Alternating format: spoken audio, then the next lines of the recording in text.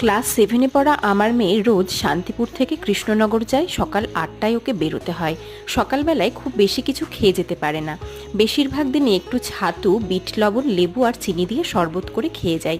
যেহেতু ওদের স্কুলে ভাত অ্যালাউ আছে, তাই আমি টিফিনে চেষ্টা করি একটুখানি ভাত দিয়ে প্রত্যেকদিন টিফিনটা সাজিয়ে গুছিয়ে দেওয়ার। আজকে একটু চিকেন ফ্রাইড রাইস বানিয়ে দিয়েছি, সঙ্গে কিছু ফল, শসা আর গ্রিন মুগ দিয়ে একটা স্যালাড বানিয়েছিলাম, কিন্তু ও সেটা কিছুতেই নিতে চাইলো না। তাই চিকেন ফ্রাইড রাইসটা দিয়েছি, সঙ্গে একটু শসা দিয়েছি আর আপেল আর পেয়ারা দিয়েছি। এই দিয়েই আজকের ও লাঞ্চটা করবে।